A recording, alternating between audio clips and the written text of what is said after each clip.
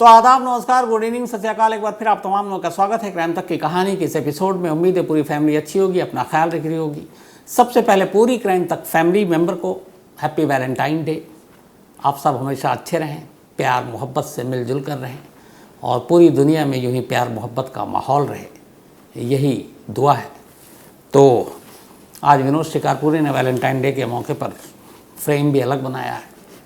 दीपक ने कहा ये कुछ अलग कहानी सुनाइए, तो मुझे भी लगा कि चलिए कुछ सुनाता हूँ अलग। हालांकि वैलेंटाइन डे को लेकर एक चीज़ मेरी समझ में नहीं आती है, और वो ये है कि मोहब्बत को किसी एक दिन में आप कैद करके नहीं रख सकते। लेकिन खैर, दुनिया वालों ने, लोगों ने कम से कम मोहब्बत के नाम एक दिन तो किया। वैसे एक पुरानी कहावत भी है कि इश्क अंधा होता है, पर नए दौर में, नए ज़माने में ये है कि आशिक ज़्यादा अंधे होते हैं। और इसीलिए ऐसी बहुत सारी ख़बरें, ख़ास तौर पर क्राइम की, हम आप सुनते देखते हैं और मैं आप तक पहुंचाता रहता हूं। लेकिन ये भी एक पार्ट है। बट हैप्पी वैलेंटाइन डे आप तमाम लोगों को। सवाल ये है कि वैलेंटाइन डे क्यों मनाया जाता है, इसकी शुरुआत कैसे हुई, क्यों हुई, और 14 फ़रवरी यानी 14 फरवरी को हुई क्यों। तो कहीं ना कहीं इस प्यार के दिन भी, इस कहानी की जड़ में एक क्राइम है, और उसी क्राइम ने जन्म लिया वैलेंटाइन डे। तो वैलेंटाइन डे की पैदाइश भी एक तरह से जुर्म के साथ हुई। 3री सदी की बात है, 3rd सेंचुरी। रोम साम्राज्य, आप सब ने पढ़ा होगा, बहुत सारे लोगों ने। तब रोम में रोमन रिलीजन, रोम का अपना एक धर्म था, वो धर्म चल रहा था। और ये उस वक्त की बात है, 3rd सेंचुरी की, जब क्लाउडियस III रोम के राजा हुआ करते थे। हालांकि क्लाउडियस III के बारे में ये है कि जब पैदाइश हुई, उसके बाद वो बड़े हुए, तो किसी को यकीन नहीं था कि आगे चलकर वो रोम साम्राज्य के राजा बनेंगे। बाकी भाई बहन ये सब दावेदार थे। क्लाउडियस के साथ दिक्कत ये थी कि कुछ बीमारियां भी थी, और वो बाद में ये कहा करते थे कि ये बीमारी मुझे ऊपर वाले ने इसलिए दी है ताकि मैं लंबे वक्त तक जीऊँ और रोम पर राज करूँ। तो ये वो दौर था जब रोमन धर्म माना जाता था, और ख़ास तौर पर वो जुपिटर को अपना भगवान मानते थे। और वहाँ की एक पहाड़ी है जिस पर बाकायदा जुपिटर के मंदिर भी बने हुए थे। और यही वो दौर है जब इधर ईसाईयत शुरू हो रही थी, क्रिश्चियनिटी। और रोम के अंदर हालांकि वो उसकी इजाज़त नहीं थी किसी और धर्म को मानने की, लेकिन गुपचुप तरीके से ईसाई धर्म भी अब अपने पैर पसार रहा था, फैलना शुरू हो चुका था। इधर क्लाउडियस III के राज में बहुत सारे लोगों को उम्मीद नहीं थी वो राजा बनेंगे, लेकिन बने, और हैरत अंगेज़ तौर पर बहुत ही अच्छा राजपाट किया। कहते हैं उनके दौर में जुडिशरी सिस्टम, लोगों के लिए, उनके अधिकारों के लिए बड़े नए नए सुधार हुए, कानून बने, और सब कुछ ठीक था। क्लाउडियस की जब सत्ता थोड़ी ताकतवर हुई तो एक सपना आया कि वो और अपने साम्राज्य को फैला सकता है, तो आस पड़ोस के देशों पर भी कब्जा कर सकता है। उसके लिए एक मजबूत सेना की ज़रूरत थी। सेना थी भी, और इसीलिए वो राज कर रहा था। लेकिन धीरे धीरे, चूँकि एक तो शुरुआत में थी कि तबीयत ठीक नहीं रहती है, स्वास्थ्य ठीक नहीं था, लेकिन इन सब के बावजूद वो लोगों को गलत साबित करते हुए तेज़ी से आगे बढ़ रहा था, और सब कुछ ठीक चल रहा था।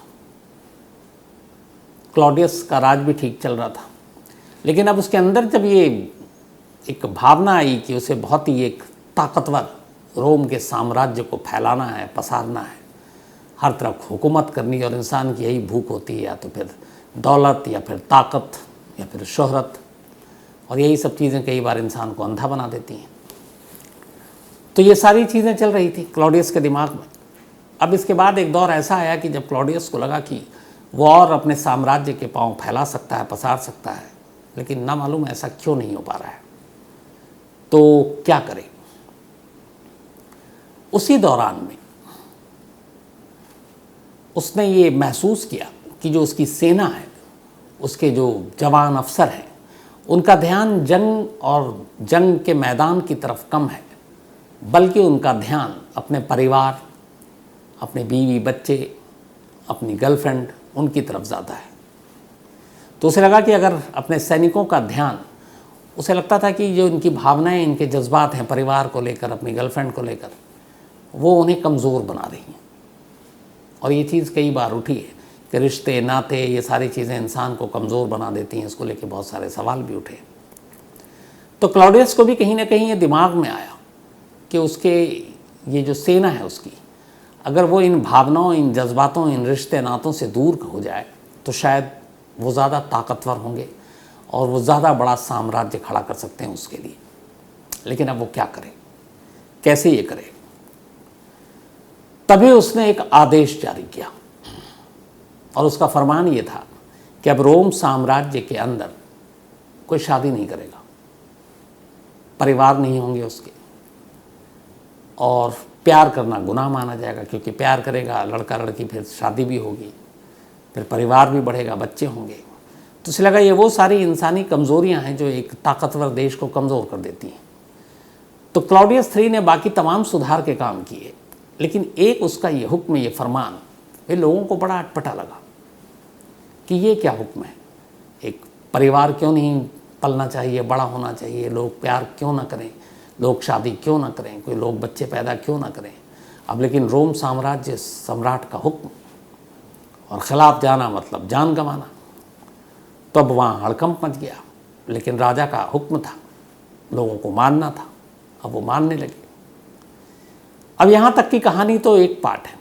अब इसके बाद होता है कि इस कहानी के अगले पार्ट में कि 3 ऐसे ईसाई धर्म के संत हुए जिनका नाम वैलेंटाइन था। 3 हुए, इनमें से जो 3 हुआ, और इसी दौर वही है एकदम जो क्लॉडियस III का जो राज्य है। इनमें से जो पहले संत थे वो इटली में रहते थे, रोम में। दूसरे संत वैलेंटाइन, नाम तीनों का वैलेंटाइन था, वो भी इटली के टर्नी इलाके में। और कहा जाता है कि जो तीसरे संत वैलेंटाइन थे वो रोम के ही मतलब साम्राज्य में थे, लेकिन नॉर्थ अफ्रीका में रहा करते थे। तो 3 संत वैलेंटाइन के नाम पर थे। अब कन्फ्यूज़न ये कि इन तीनों में से किसके नाम पर वैलेंटाइन डे पड़ा। तो बड़ी इस पर शोध हुई, रिसर्च हुआ। अब उसमें ये हुआ कि चलो, एक जो टर्नी में रहते थे उन संत वैलेंटाइन को साइड कर दिया गया कि वो इसके दावेदार नहीं है कि उनकी वजह से वैलेंटाइन शुरू हुआ। तो फिर बाकी बचे 2। अब इन दोनों के साथ एक चीज़ थी, वो ये कि इन दोनों का सर कलम किया गया था, इन दोनों संत का। और ये दोनों ईसाई थे, अपने धर्म के प्रचार प्रसार के लिए काम कर रहे थे, और उसी सिलसिले में इनकी मौत हुई। लेकिन फिर और रिसर्च हुई तो पता चला कि इनमें से जो एक रोम के संत थे वो एक के किसी जंग के दौरान कुछ 18-20 सैनिक थे, उनके साथ उनका सर कलम किया गया था दुश्मन देश ने। तो वहाँ पर आ गया कि ये बात मोहब्बत की नहीं थी, तो वो भी साइड कर दिए गए। अब बचे एक इकलौते संत जो कि इसी रोम साम्राज्य के नॉर्थ अफ्रीका में थे, सेंट वैलेंटाइन। मतलब आप इनको गुरु भी कह सकते हैं, ये फादर भी थे, पादरी। तो अब कहानी ये हुई 3वीं सदी में कि क्लॉडियस ने ये हुक्म सुना दिया कि अब उसके साम्राज्य में कोई शादी नहीं करेगा, कोई प्यार नहीं करेगा, ताकि वो जज्बात और भावनाएं वो उनसे दूर हो जाएं और वो कमज़ोर ना हो, ताकतवर बने, रोम साम्राज्य को फैलाएं। तो अब लोगों ने इसका गुपचुप तरीके से विरोध करना शुरू किया, लेकिन हिम्मत किसी की थी नहीं कि रोम के राजा के खिलाफ जाए। इसी दौरान में ये संत वैलेंटाइन सामने आए और उन्होंने कहा कि ये फरमान बेतुका है। अच्छा, उस वक्त वो रोम धर्म को भी नहीं मानने वाले थे संत वैलेंटाइन, ये ईसाई थे। अब कई लोग आए राजा के इस आदेश के खिलाफ कि संत हम क्या करें। तो उन्होंने कई लोगों की गुपचुप शादी कराई।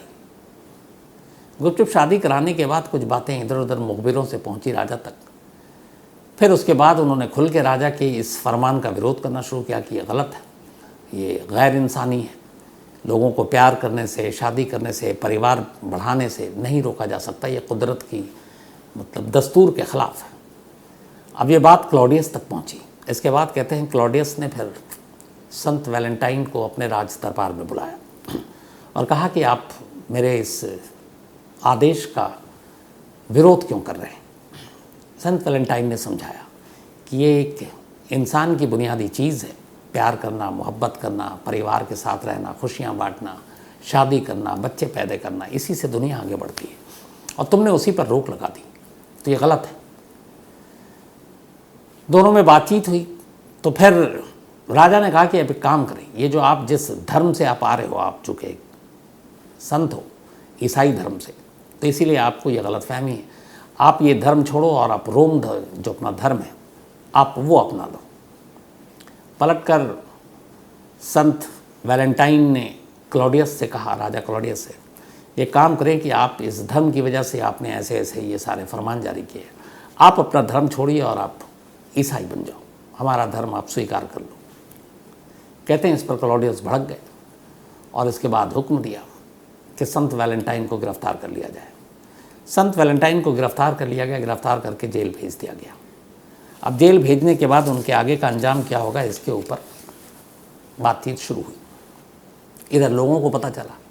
अब धीरे धीरे इधर सुगबुगाहट ये भी थी कि जो मेजॉरिटी थी वो क्लॉडियस के इस फैसले के ख़िलाफ़ थी कि प्यार ना करें, शादी ना करें, बच्चे पैदा ना करें, क्योंकि उस वक्त सिर्फ सेना को मजबूत करने के लिए यही चीज़ें, यही आदेश, यही ऑर्डर जारी किया था। तो अब धीरे धीरे लोगों का संत वैलेंटाइन की तरफ झुकाव बढ़ने लगा। उधर इस दौरान में ये भी हुआ कि जो रोम और रोमन रिलीजन था, धर्म, उसको लेकर भी अब अंदर ही सुगबुगाहट शुरू हो गए थे। कई वहाँ के जाने माने कवि और वो लोग वो इस धर्म के ख़िलाफ़ अब बोलने लगे, क्योंकि उस धर्म में ये भी था कि जो बताया गया था, और ये लोग जुपिटर को मानते थे और कई ऐसे इन्होंने अपने देवता और देवी की मूर्तियाँ बना रखी थी, उसकी पूजा किया करते थे। तो कुछ कवियों ने कहा था कि इस इंसान के मरने के बाद कोई दोबारा वो जन्म नहीं लेगा, दोबारा पैदा नहीं होगा। ऐसी बहुत सारी चीज़ें थी जिसको लेकर आपस में, इस धर्म को लेकर और उस सोच को लेकर उस वक्त रोम के अंदर एक तरह से विवाद शुरू हुआ। और इधर संत वैलेंटाइन आ गए। उन्होंने राजा के इस खिलाफ जो कहा कि आप शादी और प्यार नहीं करोगे, वो भी अब चूँकि हर इंसान से जुड़ा हुआ सीधे डायरेक्ट मसला था, तो वो भी आ गया।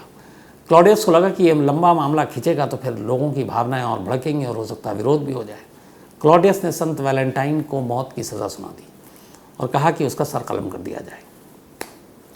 अब इसके बाद जिस जेल में रखा गया था, उस जेल का एक जेलर था। उस जेलर ने, उसकी एक कहानी ये थी कि उस जेलर की जो बेटी थी, उसकी आंखों की रोशनी नहीं थी, वो नेत्रहीन थी, अंधी थी, दिखाई नहीं देता था। तब जिस तरीके से संत वैलेंटाइन बात करते थे, वो जेलर उनसे बड़ा प्रभावित था। एक दिन उसने बताया, और उस आंखों के अलावा कुछ और भी उसे प्रॉब्लम थी। तो संत ने कुछ बातें कहीं और कुछ उपचार बताया, इलाज बताया कि बेटी थोड़ी थोड़ी जेलर की ठीक होने लगी।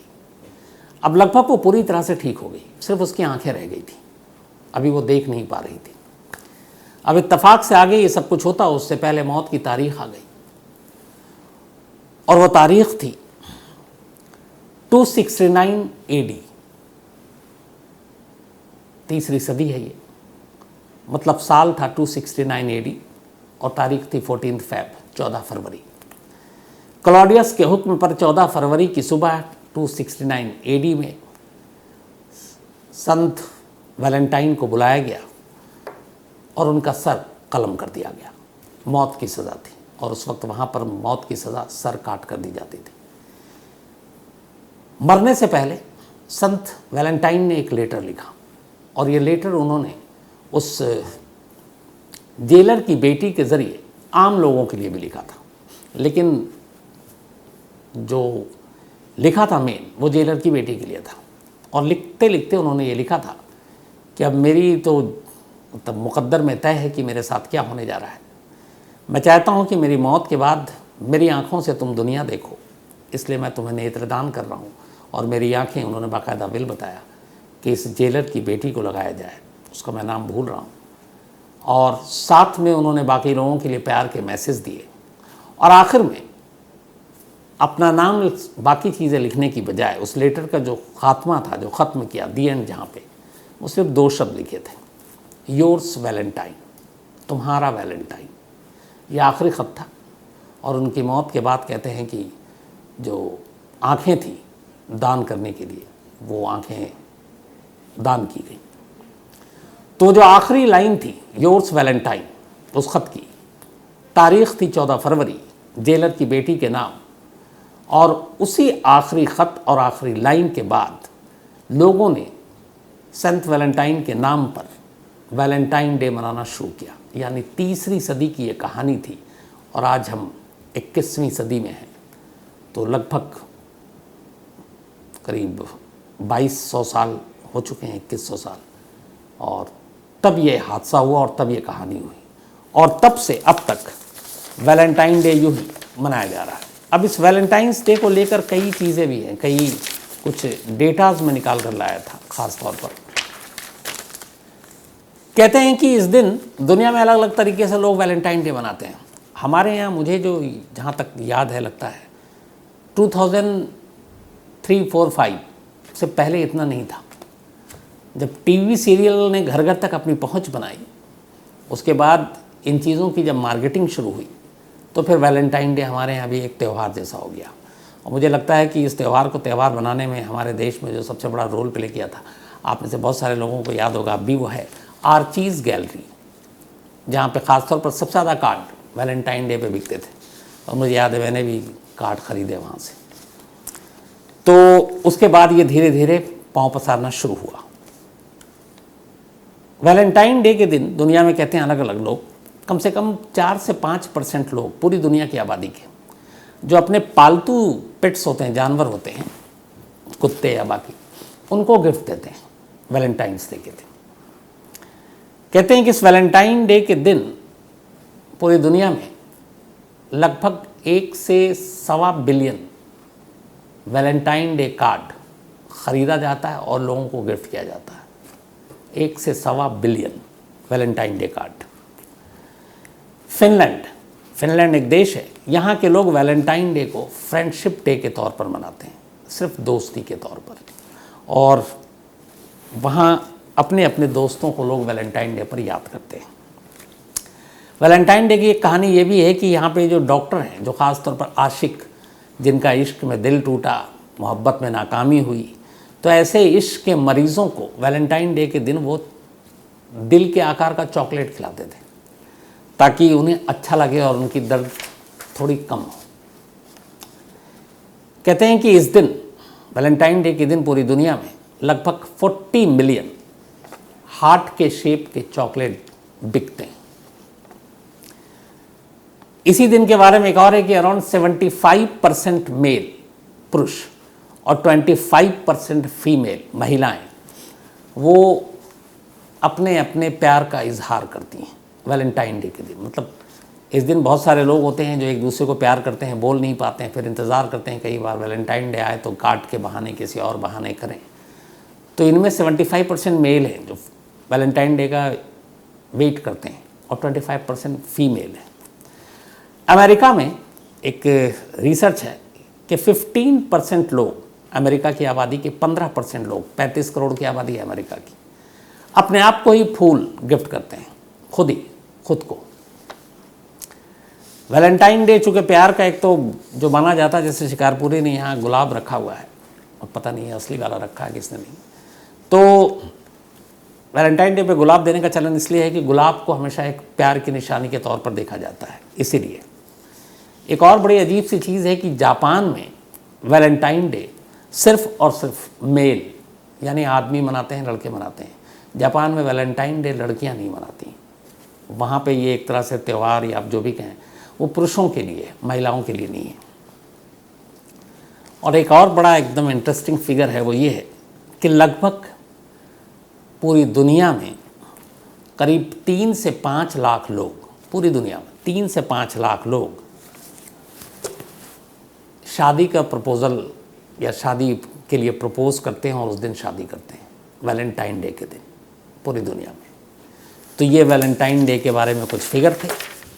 कहानी ख़त्म करूं उससे पहले पूरी फैमिली को एक बार फिर हैप्पी वैलेंटाइन डे। आप लोग हमेशा अच्छे रहें। और एक जैसे बहुत सारी गलतफहमियां होती हैं, अक्सर कई लोग ये समझते हैं वैलेंटाइन डे आता तो अच्छा ये सिर्फ आशिकों के लिए है, प्रेमियों के लिए है, कपल के लिए। ऐसा नहीं है। वैलेंटाइन की जो शुरुआत है, वैलेंटाइन की भावना ये है कि आपका वैलेंटाइन कोई भी हो सकता है। आपकी माँ, आपके बाप, भाई, बीवी, बहन, बच्चे, नाना नानी, दादा दादी, मतलब जिनसे भी हमारा रिश्ता है वो सब हमारे वैलेंटाइन है। तो ये एक नहीं सोचना चाहिए, क्योंकि बहुत सारे कई बार पहले मुझे याद है कि अच्छा वैलेंटाइन डे मतलब फिर आशिकी, इश्क, यही सोचते थे। ऐसा नहीं। इश्क वैसे भी सिर्फ ऐसा नहीं है कि लड़का और लड़की कर सकते हैं। इश्क दुनिया का हर रिश्ता, जिस दुनिया में हम जीते हैं उस रिश्ते से इश्क किया जा सकता है। तो इसीलिए ये वैलेंटाइन हर एक के लिए होता है, हर रिश्तों के लिए होता है। अब ख़त्म करूँ इसे कहानी को, उससे पहले वही अपना सिलसिला। आज दर्शन संगोई जी का जन्मदिन है और आज 14 फ़रवरी है। देखिए बहुत अच्छा दिन है। तो हैप्पी बर्थडे दर्शन जी। और अमित तिवारी ने भेजा है। इसके अलावा शबी बिस्ट, इनका भी आज बर्थडे है, तो हैप्पी बर्थडे शबी। साथ ही गुरशन सिंह सिद्धू, इनका भी आज जन्मदिन है, तो हैप्पी बर्थडे गुरशन। और मनप्रीत सिंह सिद्धू जी ने भेजा, उनके बेटे हैं। इसके अलावा डेजी कांडा, इनका भी आज जन्मदिन है, तो हैप्पी बर्थडे डेजी। और ये नैना और वरुण कांडा जी की बेटियां हैं। साथ ही बाहुबली लोखंडे का भी आज बर्थडे है, तो हैप्पी बर्थडे बाहुबली। अब्दुल रहमान, इनका भी आज जन्मदिन है, तो हैप्पी बर्थडे अब्दुल साहब। और ये सागर जायसवाल ने भेजा है। कर्नल अब्दुल कादिर खान, इनका भी आज बर्थडे है, तो happy birthday colonel Abdul Qadir Khan साहब। और ये मुआज़ रशीद ने भेजा है। इसके अलावा ऐश्वर्या झा, इनका भी आज जन्मदिन है, तो हैप्पी बर्थडे ऐश्वर्या। और ये आभा झा ने भेजा, उनकी बेटियां हैं। सरस्वती पॉल, इनका भी आज जन्मदिन है, तो हैप्पी बर्थडे सरस्वती जी। और ये शुभांकर पॉल जी की पत्नी है। अमृत सिंह संघेरा, इनका भी आज जन्मदिन है, तो हैप्पी बर्थडे अमृत। और ये चमकौर सिंह संघेरा ने भेजा, उनके बेटे हैं।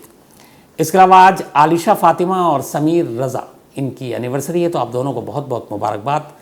साथ ही कदम और ऋतु, इन दोनों की भी आज एनिवर्सरी, आप दोनों को ही मुबारक। खुशबू मिस्त्री एंड राज मिस्त्री, इन दोनों की भी आज मैरिज एनिवर्सरी, आप दोनों की बहुत बहुत मुबारक।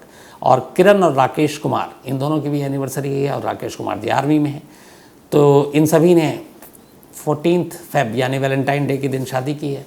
हो सकता है किसी ने इसी दिन प्रपोज़ किया हो या किसी दिन कुछ और हो, तो कभी अपनी अपनी कहानियाँ बताइएगा ज़रूर। इसके अलावा डॉक्टर अर्जुन लामा नेपाल से, सुरेंद्र कोहली और निठारी की इसकी अपडेट अभी तक कुछ नहीं है। मामला सुप्रीम कोर्ट में है, फांसी के ऊपर अभी तक कोई फैसला आया नहीं है। जब आएगा तो ज़रूर बताएंगे। संजय पटेल, आर्यन काऊ की कहानी मैं जल्दी सुनाता हूँ आप लोगों को। अजय पवार ने कहानी की फरमाइश की है, विनय सिंह ने कहानी की फरमाइश की। इसके अलावा भरत तुलसियानी, इन्होंने भी कहानी की फरमाइश की है। तो आज कहानी में इतना ही। अब आपसे मुलाकात होगी कल रात 9 बजे किसी नई कहानी के साथ। लेकिन चलते चलते एक बार फिर पूरी क्राइम तक फैमिली मेंबर को हैप्पी वैलेंटाइन डे।